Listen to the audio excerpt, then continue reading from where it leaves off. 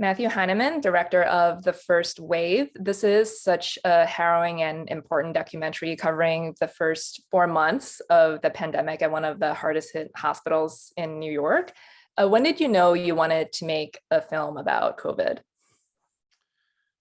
think I woke up sort of in early March, and as this issue started to become plastered across headlines and we were inundated with stats and misinformation, I just felt this huge obligation to tell this story. Like previous films I made, I wanted to try to humanize this issue, put a human face to it. And so I sought, hospitals around the country to try to get access and ultimately gain access in my hometown here in New York. Mm-hmm. How difficult was that? You guys shot at Long Island Jewish Hospital in Queens, and because it seems like because you guys started shooting in March, so it was like you guys got in almost immediately, right? Yeah, I mean, we got in there as fast as we could get in there, and yeah, it was extremely difficult to get access, and obviously terrifying. We knew so little about the disease, how it's transmitted, and we used the best science available to try to keep both our crew safe and those who we were filming with. Mm. What were the logistics involved for you to be able to shoot there? In regards to like did you guys like have like a room, and like what were like the protocols in place for you guys? Yeah, again, we used the best science available at the time to try to keep ourselves safe. We were given one N95 mask for 2 weeks that we had to reuse. The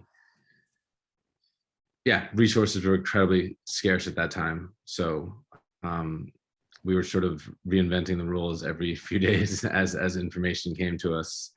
But it was a terrifying experience. As someone who's made films in different war zones and different conflict zones, you can somewhat sort of detach your brain when you come home, although these stories never really leave you. And with this, we're living the same thing that we're documenting. So it was a full-on 24/7, experience for not just days, but weeks and months. So it was definitely the hardest film I've ever made, on almost every single level. But I think what drove us and what inspired us were the subjects that we're following, the doctors and nurses on the front lines trying to save patients with such limited information and tools. And I think, every single day we just witness such beautiful moments of humanity and love and courage. And I think that's the overwhelming feeling that we had every day, despite the terror of it all. Mm-hmm. Yeah, because one of the people you follow, Dr. Natalie Duget, she says like doctors, they're taught to follow pattern recognition, and as of that moment, there's no clear pattern with the virus. And I love what you said, earlier about like you weren't able to like shut your brain off, because I was thinking in your previous films, like you're in like war-torn areas, but it's like it's dangerous, but it's not like there's like a shootout every day or something, but this is like it's unpredictable and you could get sick yourself. So I guess what at like the end of a day, like what was it like what was I imagined it wasn't like the same every day. Like you go home and like what were you thinking? Are you just like working and like trying to edit what you got, or did you try to like take a break from it all? No, I mean, we were working 16, 18 hours a day, especially for the first sort of month or so.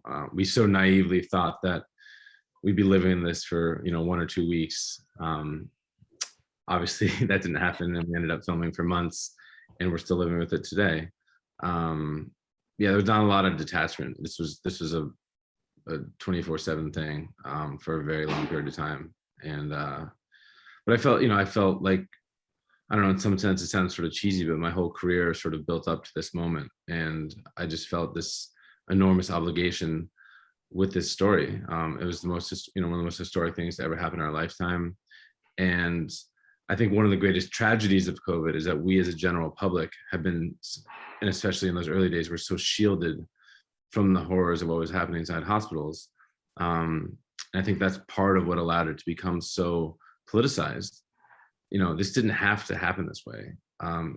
COVID could have brought our country together, but instead it further divided us. And I think a big part of that is the fact that, the American public and the public at large really had so little knowledge of what was happening, and nothing to sort of rally around or come together around. And so that's what allowed misinformation and many other things to fester. Mm-hmm. You follow three people in the film. How did you land on these three subjects? One is a doctor, and two of them are patients, but they're both essential workers. One is a police officer, Ahmed Alice, and another is a nurse, Brussels Jamon.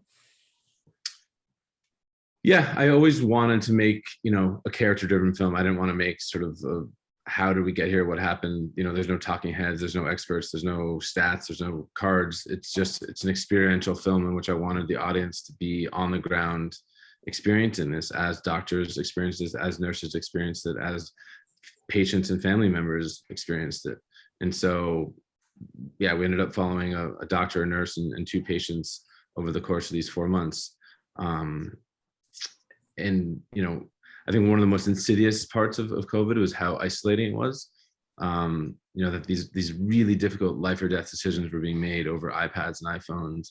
And so it was really important for me to get outside of the hospital, to leave those four walls, and to see how this was affecting family members. And so I'm incredibly indebted to the Gabon family and to the Ellis family for letting us in as their loved ones were, on the edge of life and death inside the hospital. Mm-hmm, for sure. Well, another thing you could not have foreseen coming was the death of George Floyd and Black Lives Matter, and you incorporate that into the film. And there's a line in there, I think, again, from Natalie, like she says, like, it's so hard being a doctor when you're trying to save lives, and this is just a blatant disregard for human life. So can you talk about like following her and filming that? Sure, yeah. When after a few weeks of filming inside the hospital, it became very, very, very clear you don't need to be a scientist or an epidemiologist or, an expert to see that this disease was disproportionately impacting people of color. And so it was through Dr. Duje, who's a first-generation American, our family's from Haiti, that we were able to explore those themes. And then when George Floyd was killed, and these streets around me that had previously been empty for months were filled with protesters and energy, that this, national reckoning over systemic racism, which was directly tied to the disproportionate impact of this disease on people of color, that, we had to follow the story, and it just all happened naturally by following Dr. Duje. Mm-hmm. So how long did you film for altogether? We filmed in earnest for about 4 months. We continued to film past the first wave into the summer, into the fall. And it was really not until the edit room that we came up with the title, The First Wave, and those goalposts of sort of March to April. And that, was a big victory in the edit room to sort of give us a roadmap, and all of our subjects had very natural arcs over those 4 months. And so every time we tried to put a scene in from a different from after that, it never worked. So that's why we sort of settled on The First Wave. Mm-hmm. I understand you also interviewed Andrew Cuomo, but you cut out the interviews after his scandal and he left office. But you still, that they're in the film, like there's still narration from him, like from his daily press conferences. And can you talk about like keeping those in the film? Sure. Yeah. There's no, with most of my films, I try to sort of stay out of politics. I think there's enough politics and polarization in our world already. I hope that my films, bring people together and allow people to have a dialogue around an issue. And that's what I certainly wanted to do with this film. So there's no Trump, there's no Fauci. The reason that Andrew Cuomo was in the film is he provided, a metronome daily for all of us living in New York, many people across the US and in fact the world. And so we wanted to allow his voice to sort of mimic that experience that we all had. So, he's not in there for sort of political reasons. I did spend more time filming with him. But, as we were finishing the edit, I didn't want that to be a distraction to the rest of of the film. And it never was an examination of his performance or his character, who he was. So that's why we settled where we did. Mm-hmm. Some people are not ready to watch a COVID documentary. COVID's not over. So what would you say to people who are hesitant to watch this film, and what do you hope viewers get out of watching this? Yeah, I mean, I never make films for sort of one specific targeted silver bullet reason. I think 100 different people watching this film will hopefully take 100 different things away from it. I love embracing the complexity of the human condition. And I think this film is about many things. It's about, obviously, on one hand, it's about COVID. It's about, systemic racism. It's about families and love and birth and death. I mean, it's about touches on many aspects of the human condition. But I think, I guess in some sense, if I was going to really distill it, it's about how human beings came together in the face of crisis. I think that's what we witnessed every single day. That's what inspired us. And that's what, I didn't go to bed at night when making this film sort of sad about the state of the world. I went to bed at night feeling deeply inspired. And so I think while it is a difficult subject, while I think there's an inclination in America or just in human nature to want to move on and not look back, I hope that this film, creates a space for us all to reflect on what we've been through, take stock of where we are now, and what have we learned as we move forward into the future. There's no question that we've all changed. You've changed, I've changed, the fabric of society has changed, the way we communicate has changed. And so I hope that this film creates a space for us to reflect on all that. Mm-hmm, for sure. Well, Matthew, it was great speaking with you. Thanks so much for your time, and we'll see you back here in a little bit. Mike Rianda, director and writer of The Mitchells versus the Machines. This movie was inspired by your own family. So was this always a story you wanted to tell? Yeah, no, totally. I really love in movies when the characters are really specific and feel like lived in. And I'm not a very creative person, so I stole my family and sucked their life force out and put it on the screen. But it was really sort of like exciting to make a movie this personal, on sort of this big of a scale. Sort of like normally they don't let you make movies that aren't about X-Men. And this one is about my dad, who is definitely not an X-Man. And it was really cool just to see sort of people respond to it, as we were making it, and a lot of genius, artists and producers and everybody came on board, and they sort of like were able to sort of share their experiences and sort of like, instead of just being about my family, it became about kind of like all of our families. And like ultimately that, even though, and also just sort of seeing it, I really wanted to see a family on screen that, because I would watch like animated movies and the families would be like, "I love you, honey," and then they'd like hug, and I was like, I don't understand these people. So I wanted to sort of show like an actual, dysfunctional family and sort of see, try to, have them work through their issues. Mm-hmm.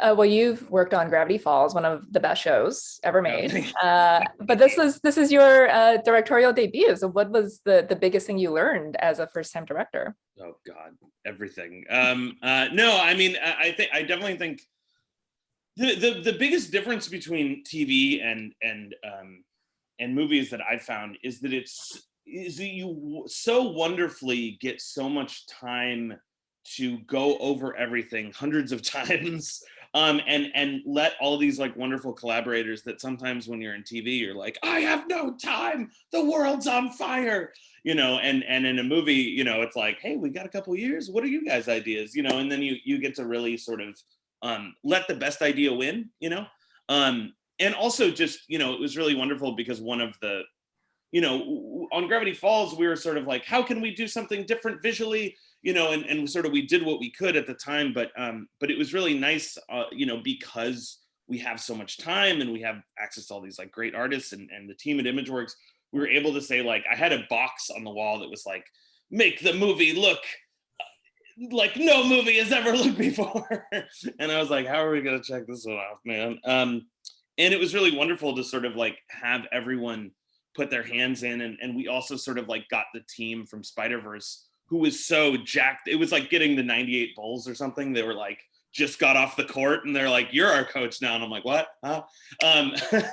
But it was awesome because they were sort of like, we were pushing animation forward with Spider-Verse, like, let's keep going, you know, and we had a lot of big ideas too. So it was really exciting, you know, to sort of like take all the tools that they made on Spider-Verse and kind of like bend them to make, you know, it look more handmade and drawn and illustrative, and sort of, you know, do things that hadn't been done before, but sort of in a way that fit our story, which is about like imperfect people, and we're able to see those like imperfections and like on every frame because we had so much time. So I mean, I would say make a movie, you'll get a lot of time, it'll be great.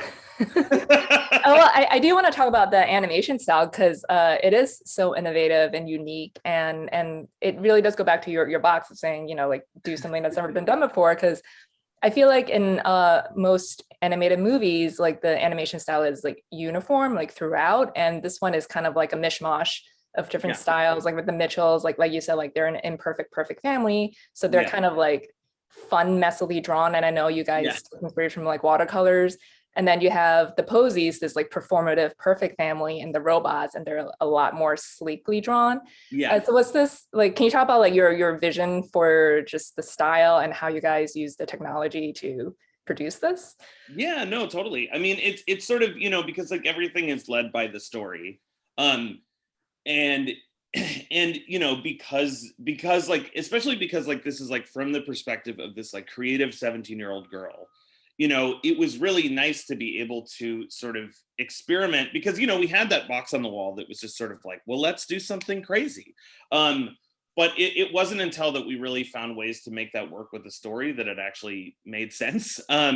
Because like Katie is a filmmaker, and because, you know, any kid who's making films now has access to Photoshop and After Effects and all these programs that sort of like we might not have, and it all is like this big collage to them that they go like, oh, I'll just steal this from Google image search and I'll put this and I'll take this picture of my dog and I'll put it in the corner, you know, and it was really fun to be able to like take that kind of like film school energy and like actually infuse it into the movie instead of just having it in like the, you know, sometimes you see art of books and it's like kind of sad because you're like, oh, why didn't they make the movie look like that? So our goal was to make the art of book irrelevant.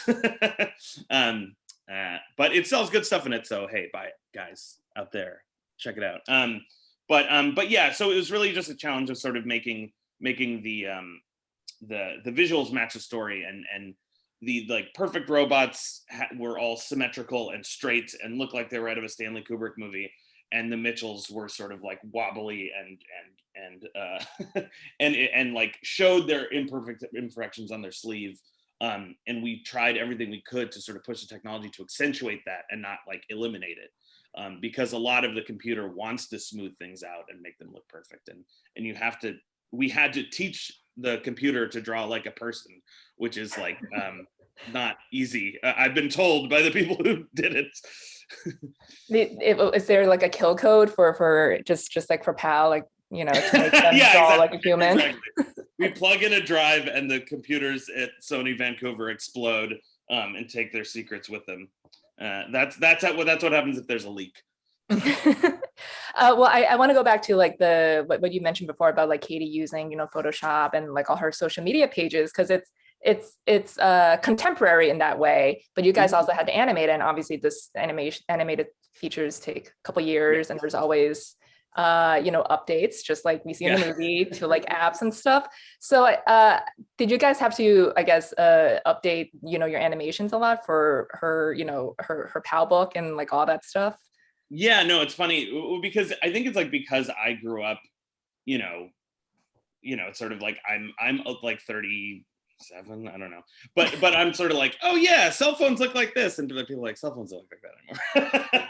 So there's definitely like that element of it too, where that stuff is constantly evolving. Like what we were trying to do, and who knows, you know, time will tell, but what we're trying to do is sort of like make it feel classic yet understandable. Like, you know, it's like with sort of like, if we used a meme or something, we try to use one that you could understand even if you didn't know the context of the original joke or something, just so that like anyone could understand it, you know. And the hope is that, you know, people in 20 years will watch it and everything will make sense to them. But you know, who knows? We'll see. Call me in 20 years. I mean, it's still a very timely, it has very timely themes of, you know, the technology dependency and how, you know, we should dispose of that and connect with our families instead. But you know, I think one of the maybe surprises people might have when they watch this is they discover that Olivia Colman is the voice of Pal. And I think we all want to be an evil AI, you know. She's really great, and I understand you asked her to do this before she won the Oscar, right? And then you thought like she might back out after she won. Yeah, no, I when she was up for the Oscar, I was like hoping for her that she won it and hoping for us that she didn't, because I was like, well, she'll never agree to do this if you know, she has an Oscar. But God love her, she won the Oscar, and like the next week she's like, I'll do your movie. And she was such a benefit. Like I really think she sort of like makes the whole movie like move up a letter grade in quality. Like as soon as we put her voice in there, like all of a sudden the villain was scary and funny. And also every time we recorded with her, someone in the room, and this is not an exaggeration, I swear to God, this happened like 5 to 6 times, would quietly whisper, "Oh my God," to themselves because she was so good. Like, oh my God, she's incredible. And it's so like effortless too, right? She's like Yes. effortlessly funny, like effortlessly great. Yeah. Well, and she has it's really nice for us because she sort of has a background in comedy, but she's also like one of our best actresses, normal, you know, full stop. So it's like she could kind of do it all. It was we got very lucky. Mm-hmm. Well, one of the perks of being a director is you also get to cast yourself. You're the voice of Aaron, the little brother. So were you the only person who could play that role? No. Well, I don't know. I was the only person that we found to play it. I mean, we auditioned tons of people that were really wonderful.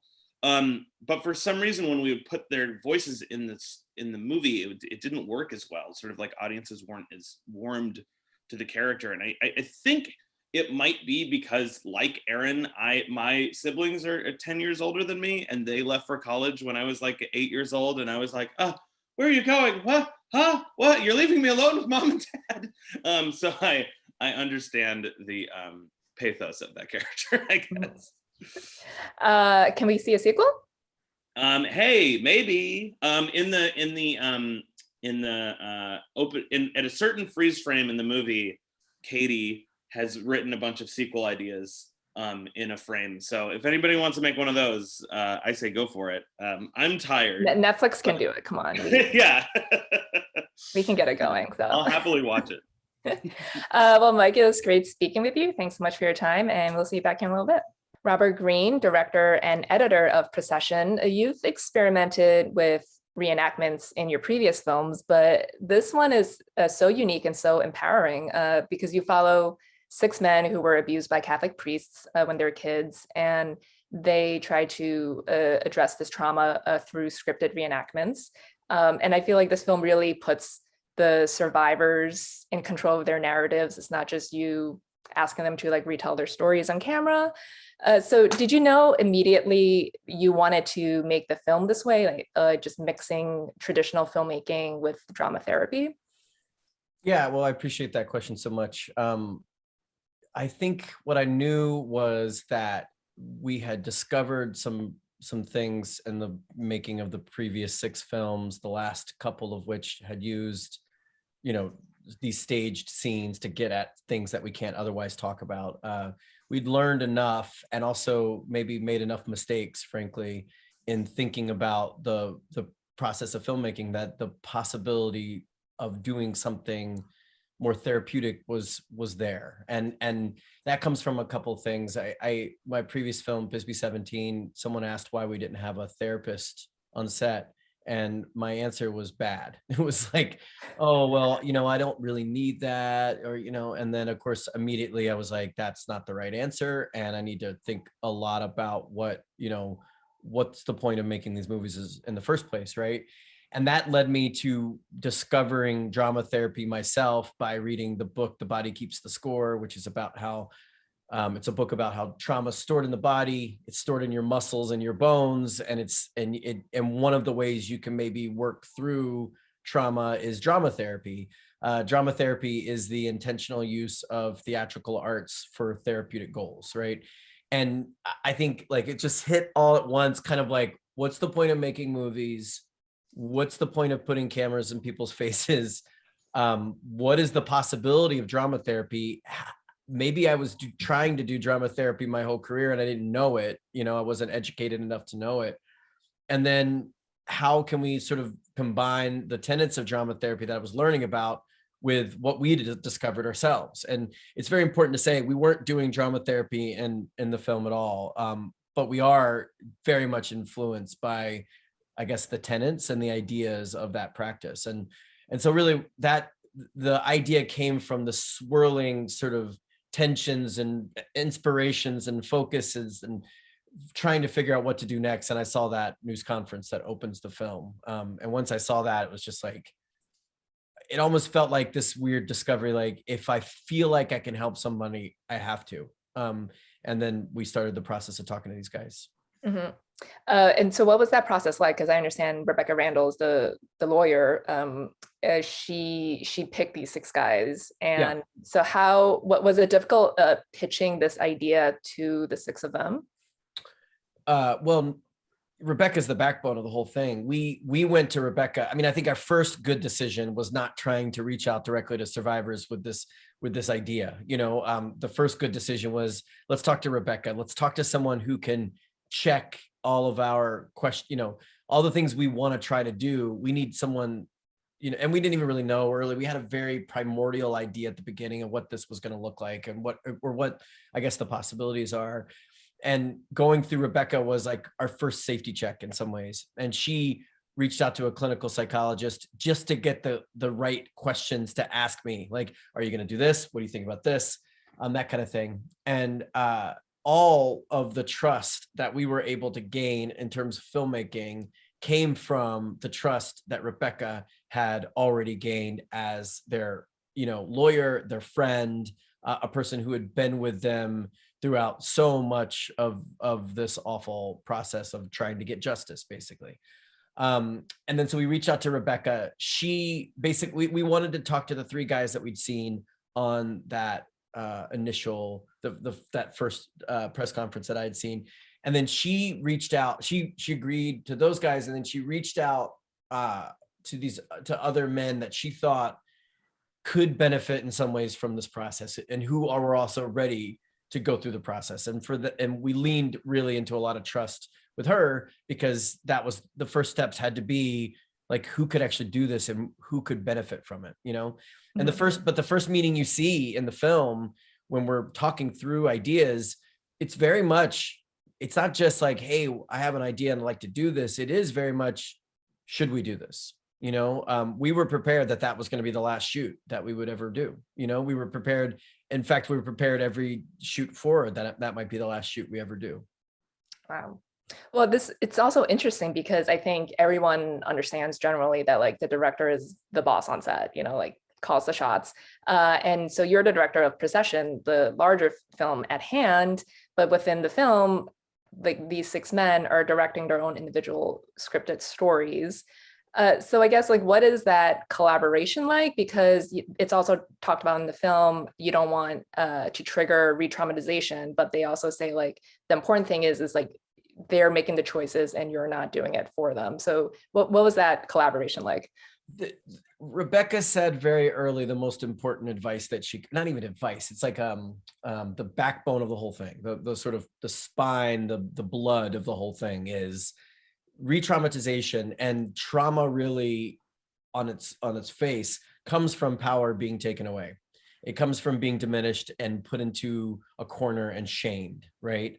And you know, all we had to do, and I say it's sort of funny because it's very difficult. All we had to do is never, ever, ever take the power away from the guys as they were making the film. Now, the first thing you said is usually how it works, right? The director is the quote unquote boss. There's a hierarchical relationship that goes with most movies where everything flows through the director usually, you know, and in fact, most documentary filmmakers will tell you that's only partly true. You know, usually someone else is holding the camera. Oftentimes someone else is holding the camera, and there's a lot of power in that person's actions. The producers, a lot of us filmmakers, we have, including me with Doug, Sue, and Bennett, my producers are the best in the world, and they are incredible at what they do, you know? And so I don't ever really feel like I'm the boss of anything. I think I have a job as the director and frankly, a job as the editor, and I need to do those jobs.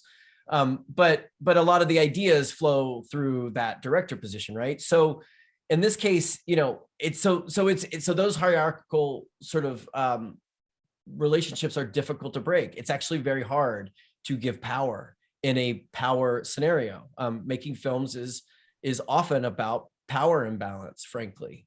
And so we would approach that every single day in new ways, whatever was needed. Sometimes these guys were puddles and they were on the floor, and my job was to lift them up. Sometimes they were creative, you know, bulls in a china shop, and they just wanted to try things, you know, and it's like, let's just do it, you know, and my job was to help realize those visions. I think for these scenes specifically, each guy had their own sort of strengths and weaknesses based on what their own creative interests were. You know, like Michael is an interior designer. He's incredibly creative. He cares a lot about words. He cares a lot about symbols. He cares a lot about objects. He cares a lot about the room and the feeling in the room. You see when he's scouting the possible churches to film, and you can tell how much he cares about the interior feeling, right? So, you know, and there was so he would say, you need to direct some things, but these are the things I really care about, you know? And the same goes for all the guys. I would say every bit of it was deeply collaborative, you know? And it wasn't just like me and the guys off on a, you know, corner working, and we come back to the group. Everybody was working. You know, Rob came up with the lighting scenario. Rob Kolodny, who shot the film, he came up with the lighting in Mike's scene, you know, and Mike saw that and it was like, cool, like this is a cool thing to do, you know. It was deeply collaborative process, start to finish. And of course it could only be that way, because when you give power to the people on screen, what I learned very quickly is that doesn't mean they want you to give up your own responsibilities. They want you to be a good collaborator. They want you to lean into your expertise. And you know, that went through when I was editing the film. They were a big part of the editing process, but they ultimately were like, you got to make the decisions you think are right, you know? So it was always a conversation, and almost always a healthy one. Mm-hmm. I love that you give them credit in the film too. It's like it's directed by you and also in collaboration with them. So yeah. And the film by credit up front, you know, it says Procession, a film by, and it's the six men, and then my name and a whole bunch of other people's names, including like Keegan and Dabney, who did the score, and Danny, who, you know, recorded the sound, and on and on and on, and you know, Monica and Rebecca and Sasha and all these people. The film by, that's not a gimmick. It's a statement of purpose. It's a statement of meaning. That film by credit really signals to you, hopefully, that it's almost like the beautiful ideal of what we're trying to pull off, you know? And it's also like them reclaiming their power and like of course. And so, you know, this whole thing started really with me realizing the one story that I couldn't listen to on the radio was, you know, a story about this kind of abuse. And I was not abused in this way. I had a rough childhood, certainly, a lot like a lot of people. And I think maybe it just was too hard. I have children myself. I couldn't face hearing about child sexual abuse. And that part of the motivation, and maybe why that original press conference hit me so hard, was just realizing my own sort of responsibility in creating the silence and shame that these guys were dealing with every single day, and a lot of other men and women deal with every day. And so that giving up the keys to the car, so to speak, and saying like, this is ours, it's not mine, it's ours, is a way to sort of change that, is a way to face that silence directly and do something different. For sure. What has it been like sharing this film with the public? I know you've been promoting it with the guys. Yeah, they came to Telluride. It's been, the thing that we were hoping for that has actually come true, which I'm just so excited about, is that we were hoping that like all the parts of the process of filmmaking and releasing a film, the pre-production, production, editing, release, all of it could be part of this therapeutic process. And it really has been. I mean, there's like, I just remember Telluride, 5 of the 6 guys are there. Monica's there, the drama therapist, and we're all reading, and family members are there. And we're all at a bar after our premiere reading the reviews, which a lot of filmmakers will know that like, that's like a trial by fire a lot of times. And it's like, it's a very recognizable moment for a lot of filmmakers, I'm sure, reading those premiere night reviews and just watching. I mean, luckily they were good reviews, frankly, but even if they were bad, they would have still provided a moment for therapy. We would have been able to use that moment to talk through what we had done, but luckily they were good. So it was really uplifting, and standing ovations, for each of our screenings when the guys are there. I mean, for everybody who's gone to these screenings, I just want to thank you, because you've become part of this process in a way that's so direct. Like, Ed Gavigan came out with this film as a survivor. He had been in the press, but only with an alias. And the fact that he could stand in front of a room in his city, New York, where he is a cool person with a lot going on in his life. He's not a loser. He's not a broken man. He is a cool guy who is standing in front and getting a standing ovation, multiple standing ovations from people who believe him and want to support him. It's like, I can't be cynical about that. Like, I could roll my eyes at awards and ovations and review, all this stuff. You can maybe be cynical about it if you choose to, but I can't, because it's like, it has been so healing for these guys to get that validation. And for me and the other team members, on the film, for us to be a part of that is incredible. And now it's coming to Netflix, which just, that's a promise we couldn't have even made to them. It's so beyond our dreams that there are really going to be a lot of people that are going to be affected by this. For sure. Well, Robert, it was great speaking with you. Thanks so much for your time, and we'll see you back in a little bit. Thank you so much. Thank you. Liesl Tommy, director of Respect. This is your feature film directorial debut. Did you ever imagine your first film would be about Aretha Franklin?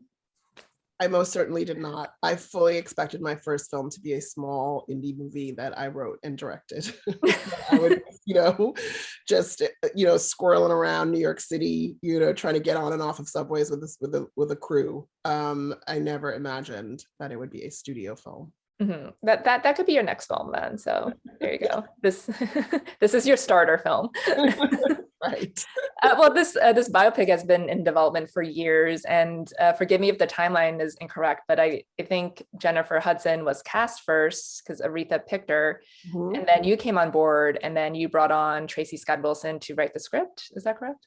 That's right. I was actually directing a television episode in Atlanta and I got a phone call from the studio, which I was prepared for in November of 2018, I think it was. And I just, it was supposed to be a casual chat, and I was very aware, because I directed primarily theater for 15 years and then about a year and maybe 2 years of television, that I was a long shot. But I knew that I could do it. And so I had a very clear vision for the film, and I pitched it. I sort of turned it into a casual chat, into a full-on, just, this is the movie, these are the songs. I said it should start in the church and end in the church. I said it should not be a cradle to grave film. It should be a film that dealt with, these 20 years of her life that I felt was, just a really beautiful, emotional, exciting journey, and that it should be really about the creative process and finding your voice as an artist. I even had like a tagline. I was full on.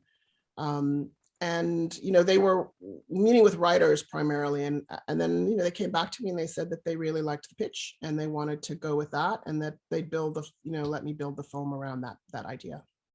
I did notice that it started in the church with her, that's how she grew up, with her dad, this, famous preacher, and it ended with her recording Amazing Grace, her most successful album. And can you just talk about like why those like endpoints, like, or bookends, I guess, like the church is so important to her. Like, why do you think that was so important to kind of focus on those 20 years with that starting point and end point? Yeah, I mean, I kind of looked at it as a superhero origin story, honestly, because we know all about her as the giant star, but people don't really know about who she was beyond that, and what her roots were. She comes from a fascinating family. She's she came from American royalty in terms, in the Black community. Her father was a famous preacher. And what I wanted to show in the child, because normally in a biopic you get like 8 minutes of the kid and then you go right away to, and I knew I was going to spend a little bit more time, much to the concern of everybody, but I knew that it was important to spend time in her childhood in that house with her father. First of all, you never see wealthy African-American period depictions, right? And they had a very glamorous, fabulous life in Detroit because her father was so successful. And they had all these amazing dignitaries coming through their home. Her father was Martin Luther King's mentor. All of these incredible musicians and writers. It was a like really inspiring childhood that she had, which of course adds to the pressure that she was under to be successful, because she was surrounded by these dynamic, minds. So that was important. And also the church, the formation of her political identity as well as her artistic identity came from the Black church. The activism, the civil rights movement, and then as well as just the pure music and the community. That the church provided, and those were things that it shaped her music and it shaped her politics, and those two things never ever left her. From she was an activist until the day she died, the same way she was a musician until the day she died. Mm-hmm. I talked to Clint Ramos, the costume designer, recently, and he said his favorite part was actually creating Aretha's interior world, and he worked with you a lot on just finding like the right palette and the colors, and like he used like red as a link to like her mother who died when she was young, and also like the color of shame. So can you talk about coming up with the visual style for her private life that the world didn't see?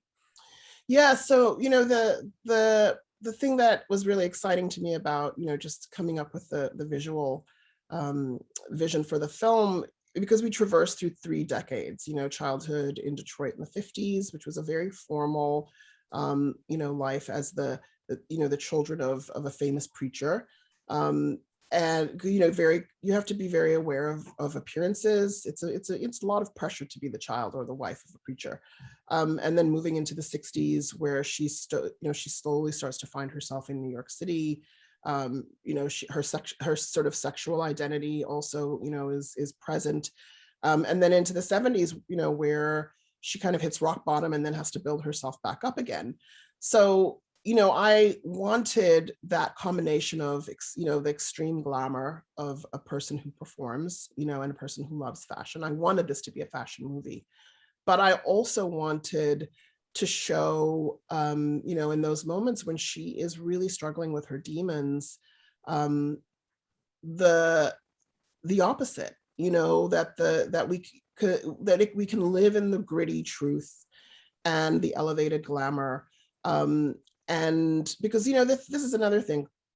We see so many depictions of strong, fabulous, Black women who are constantly reading and showing people, what the truth is. But what about when Black women are feeling vulnerable? What about when Black women are feeling shy? What about when Black women are feeling unsure of themselves? Are we allowed to live, in those places as well? Are we allowed to be full human beings, or are we only here for your entertainment? And I think it was really important, you know, to use this film and Aretha Franklin's story, because this is what she did in her music, to show the full journey, a full emotional journey of what it is to be a Black woman. And you know, the clothes for me, it was so important to tell, you know, the journey of how put together women were in church, how you know, because in this country, Black people, especially during the civil rights movement, you know, that was really respectability politics, where people had to be perfectly put together to show white people that we were human and that we had value, right? And so there's constantly for me that contrast of impeccable and barely hanging on. Mm-hmm. Will you also show her, you know, the domestic abuse she suffered at the hands of her first husband, Ted? And I just would like for you to talk about like shooting those scenes, because it's not gratuitous and you do it very with like sensitivity and just kind of matter of factly, like this is what she experienced. So can you talk about your approach to those scenes? Yes, absolutely. You know, I spent a lot of time talking to Kramer Morgenthau, the cinematographer, about how I wanted to shoot those, because there's a couple of things. I did not want, you know, to abuse Aretha Franklin in my film. And I didn't want to abuse the audience. I feel that we are so traumatized by images of violence on Black bodies that we have to be really responsible about, you know, how we are, you know, shooting these images. And I also feel like sometimes in these kinds of films, you actually degrade your character by degrading them on screen if you're not being thoughtful. So, you know, this was something I struggled with a lot. And, you know, so in the end, you know, I made a decision that you're never going to see him actually make his fist or his hand make contact with her face. So I did a lot of cutting away. I was more concerned with the emotional consequences of the violence than, you know, actually showing the violence. Because that's another thing I often feel, you know, in films, is that it's just all so casual and there's no cost. And so people out there who are genuinely experiencing violence at the hand of, you know, of spouses or out in the world, you know, if they're assaulted, they're made to feel like there's something wrong with them for actually not being able to just bounce back. And we know that that's certainly not the case. And so, you know, having a light, delicate, thoughtful touch as a filmmaker when it comes to violence against women in this film was really, really important to me. And, you know, there's a way to do it, you know, artfully, and that, you know, I got as many gasps from the cutaway as I did from, you know, as you would from actually seeing the punch, I think. Well, you also have a cameo in this film in the hotel scene. So what was it like casting yourself and playing that fan? I mean, it was horrible. It was so stressful. How did you direct yourself? It was very stressful. I mean, I almost like changed my mind every single second until, you know, and it was a really, you know, heavy day. A lot had to happen in that day. But the truth is, you know, I started off as an actor. And I've just seen some of my favorite directors do that. Spike, you know, Quentin. And so I just felt like, you know, I can do it. And also I never met Aretha Franklin. I was brought on to this film after she passed. And I just kind of thought, this is my way of saying to her everything I would have said in real life. That, you know, those lines, that's, you know, the scene with the fan was something that I felt was really important to include in the film. You know, where someone just tells her, a woman tells her what her music means to her. And so, you know, that was partially what it was, is my chance to say what I never got to say in real life. Awesome. Well, Liesl, it was great speaking with you. Thanks so much for your time. And you get to stay on because everyone's coming back. Awesome. Okay. Welcome to our Meet the Experts Directors panel. We're joined today by Matthew Heineman from The First Wave, Mike Rianda from The Mitchells versus the Machines, Robert Greene from Procession, and Liesl Tommy from Respect. Thank you all for being here. I want to go way back. What films were you guys first drawn to when you were children? And when did you know that you wanted to direct and make films? Robert? Oh boy. I remember my mom saying at way probably an inappropriately young age that I had to watch 2001: A Space Odyssey. She might have been high at the time. She's probably just like, you got to experience, it's crazy. And then, took me to see Rocky Horror Picture Show and films like this. And so, and I remember, for 2001, I was like, I have no idea what this is about, but I know I need to watch it sort of every year for the rest of my life to figure out what it is. And recently I had the same kind of experience with my own kids, hopefully slightly more age appropriate, only not because there's anything inappropriate, just because it's a mind-blowing film, right? Where, the questions are like life questions and life answers. And we had an amazing conversation afterwards. So it's like almost like, being able to validate my mom's wisdom there, even though she was like a teenager at the time. And basically it was like, you got to watch this thing. But I don't know. I mean, I remember being obsessed with just the mechanics of films and why were decisions made and what's the point of having a camera and all these things. And going to school, I was originally going for journalism, and I just failed out of all my journalism classes, which is ironic because I now teach journalism. So that's a great thing for the Missouri School of Journalism to hear. But somewhere along the lines, I shot a film for a class and I edited these scenes, the footage together, and it was the most thrilling experience I'd ever had. And it came kind of natural, it was one of those things where I tried it and it worked. And just the fact that it worked meant, oh, I can do this. And so probably at that point, I realized my love of movies from a childhood finally had I had something, and it really came from editing films more than directing them, and then it sort of built from there. Mm-hmm. Matthew? I had no idea I wanted to make films.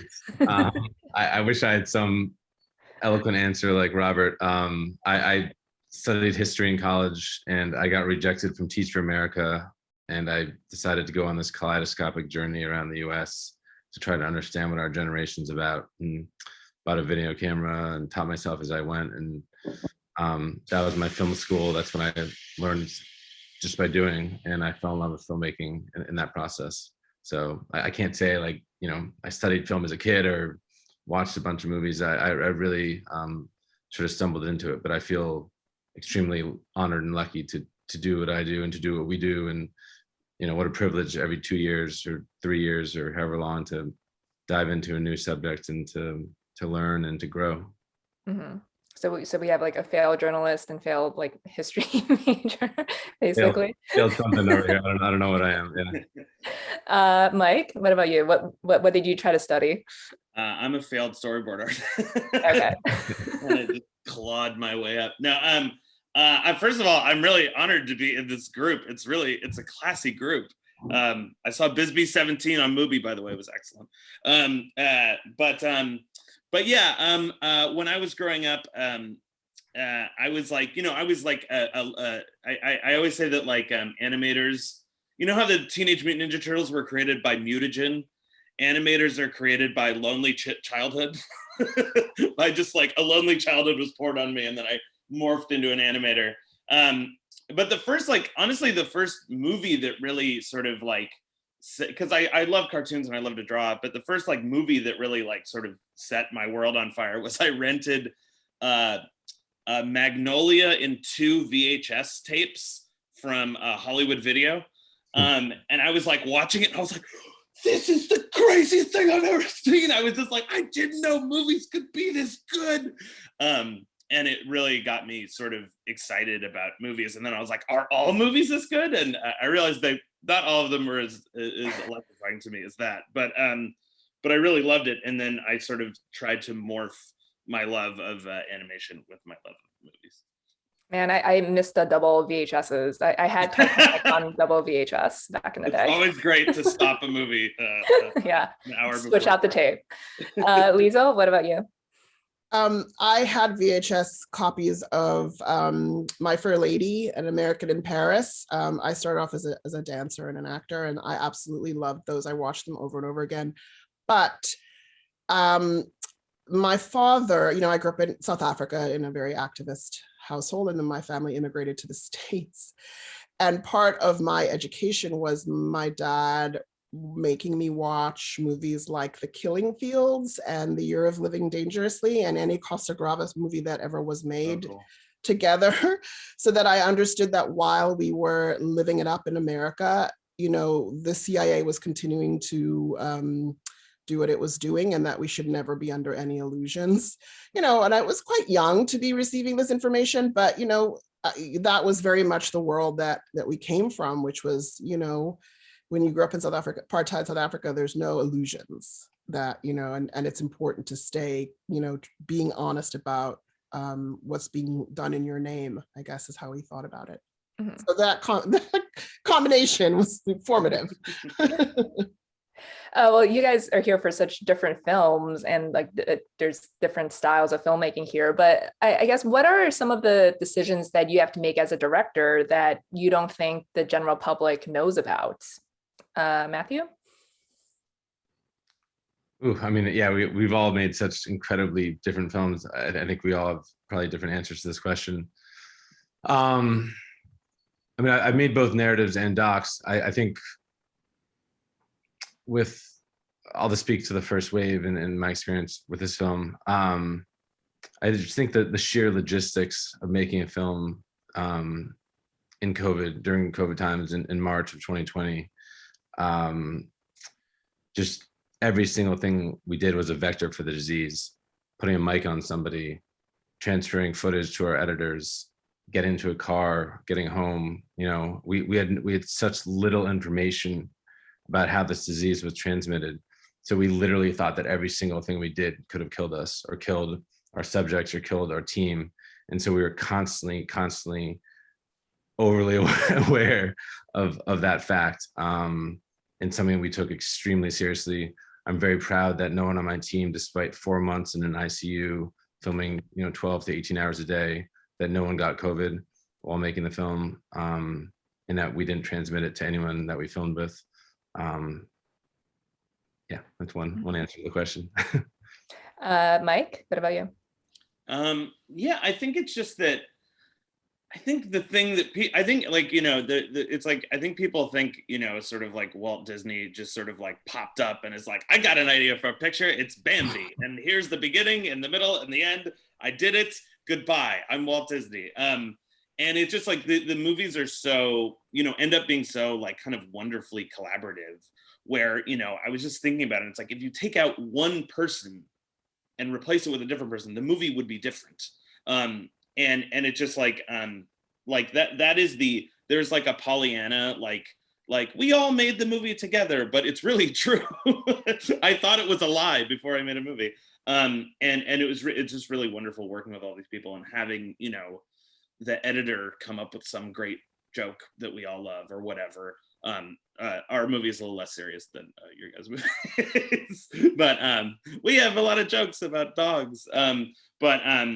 But no, and it just sort of like how important the team is, and that's why it's sort of like in our credits, you know, I just wanted to have everyone's face in the movie and pictures of them with their families and stuff, just because it's like if any of them were different, the movie would be different. And Actually, I want to jump on that from what Michael's saying. Like, I think that's exactly what I would say as well. It's like there's this, I think there's this idea that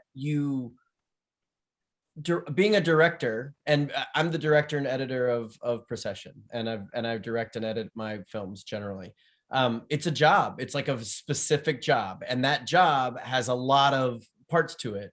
Editing, especially for documentary, has a lot of power in what you are, you know, what actually becomes the film. And I've edited fiction films as well, so I know that has a lot of power in fiction as well. But that myth that the only way to be an auteur is to sort of dominate the scenario is absolutely wrong. Like, you know, I realize probably the reason why nonfiction is most exciting to me is because I know the limitations of my own ideas. I sort of know, like, I know what I don't know, which is a big, you know, sort of advantage, actually. Like, I know what I'm good at, I know what I'm not good at, and I don't want to do the things that I'm not good at. And and the team knows that. Everybody, you know, so they lean on me though, because it's like, usually it's like my idea is what starts this ball rolling. And so I have to be the sort of creative person that they come to, saying like, you could go this path or this path. And just sort of the more sort of collaborative those choices are, the better director I look like, frankly, you know, like, you know, and just learning that over the course of making now 7 films, it's like, it's sort of therapeutic almost to accept the sort of limitations of your own role and the limitations of your own effect. And I think the better directors, I had someone say this, actually it was my producer, Doug. It's like, there will become a moment on whatever set, nonfiction, fiction, maybe animation, maybe not, I don't know, where everyone else will think that they are the reason the film is going to be successful, or frankly, the film is going to be a failure, other than you as the director. And when you get to that moment, you're doing a good job, because it's not about, oh my God, this genius, blah, blah, whatever, is doing this thing. And it's literally like everyone's bought into the point that they know that their contributions are just as important as yours. And maybe they all turn to you and say, well, what the hell's your job at this point? But nevertheless, like, that's a good moment. And if you can withstand that and also build on that, it's a powerful thing. It really is. Yeah, it's a team effort. It's just like Procession with your 6 co-directors, basically. Liesl, what about you? I think people don't know that for the length of making the film, you're not going to sleep and you are going to lose stomach lining. Like I don't think that is that what happened to you on Respect? Because you guys were also delayed for a whole year. I still have to. I was editing during COVID in my apartment. That was what happened. I finished shooting, thank God. But just the enormous responsibility, the sheer volume of details that you have to just keep in your head. And it's just like, I don't think I slept really for 2.5 years making that film. And it's just, you just can't know how insane and intense it is, and even though like every single day of my life on set was the best day of my life, I loved it so much. There's still, especially when you're making a studio film, there's so much external pressure. There's so many layers of anxiety that's not even your anxiety that you have to filter. I kind of feel like for everybody who makes a studio film, they have to give you another organ, a separate organ that you can put in your body to filter all that anxiety. Well, lastly, Matt, before, when you're talking about naming this the first wave and coming up with the title, it reminded me that Mike Mitchell's versus Machines temporarily became Connected, and then obviously back to the original title. So I was just wondering, can you talk about the importance of like picking the right title, and like when do you know it's like the perfect title? Matt, I guess let's start with you. Like, what did you try out other titles besides the first wave? Like when did you know like this was it? Yeah, titles are always an adventure for me. And I don't know, it's like a relationship. It just, when it's right, and often it takes a long time for it to feel right, and then at some point it clicks. And I don't know, whenever all the titles that I've ever had, once either I or somebody else on my team has come up with them, there's just like no looking back. It's like, that's the title. It's so clear. And that was definitely the case with the first wave. It was right in front of our faces the entire time. But until we realized that it not only was a good title, or whatever we thought was a good title, but it actually had like story implications and narrative implications, and like really helped us out editorially. It just was really obvious. But we had a lot of really bad titles, and it was obviously, one of the inherent problems with this film and with the title around this film is that people are scared of engaging with the film around COVID. So I'm not sure we helped ourselves there with the first wave, but it does tell you what you're buying into, I guess. Mm-hmm, sure. Mike? I think the title for the movie, our movie, is sort of like emblematic of everything about the movie, in that it went through 10,000 iterations. And I definitely understand I also have a new organ to filter anxiety, mine and others, especially mine. But, it's like there are, these are, especially for a studio, I understand where they're coming from. They're like, this is a big investment, kid. Like, have you directed a movie before? And I'm like, I made a TV show. And they're like, get out of here. So you're really having to sort of like defend, you're sort of having to come up with a bunch of options and work with everyone to come up with something that you all love. And then sort of once you find something that you love, like trying really hard to defend it. I had like this giant PowerPoint presentation, like, here's why this is the greatest title for this movie. I'll tell you why it's great, because ultimately you want the title to be an invitation to people to say, hey, this is the kind of movie you're going to get. You're going to have a good time, in the case of sort of our movie or whatever. But it's like it's sort of an invitation to movie, and you want to people, and you want that invitation to be a good one. Liesl, it was like respect just so obvious? Like, I think this is kind of. I mean, unfortunately, there was no struggle. It was just like respect, and everybody was like, "That's amazing." And in my heart, I was like, "Oh my God, so much pressure." So but it's the only title, honestly. And Robert, what about you? I mean, Liesl, that's I can't imagine naming your film after one of the greatest pop culture achievements, and I mean that is that pressure. I felt a similar pressure to Matt in a way, which is that how do you get people to understand that this isn't going to be painful to watch a film about childhood sexual abuse in the way that you fear that it would be. And we had all we wanted to, the title process, if any of my producers or Rob Kolodny who shot the film or anyone sees this conversation, they're going to just turn it off here because they do not want to relive the title process of this movie. And that even continues in joking form today, where we're like, what if it's this? And it's like, the movie's coming out on Netflix on Friday. Like, it's like, there's, where Procession came from, it was the same thing. I think what Michael said, it's like, it has to be an invitation, right? And we were trying to maybe embrace the horror aspect of like the genre elements that the guys in the film wanted to embrace in their own filmmaking, right? But you can't do that because it's just like, whoa, I never want to see that movie, every title we came up with was like, oh, I never want to see that movie. And of course, it was also became a sort of receptacle for the darkest humor possible. One of the ways to get through making this film with these guys is we made jokes that were insane, so that was another sort of path that we could go down just to, if you're not laughing, you're crying kind of thing. But Procession came from me really deeply thinking about like, what is the movie about? It's about moving forward. And it is also about embracing and sort of recontextualizing religious imagery in a way that is productive. And so Procession is a group of people moving forward, so it worked on that level. So that's why we went that way. Yeah, for sure. Well, it was great speaking with all of you. Thank you so much for your time. I know you guys have busy schedules and it was so great. And thank you so much. And congratulations on all your films.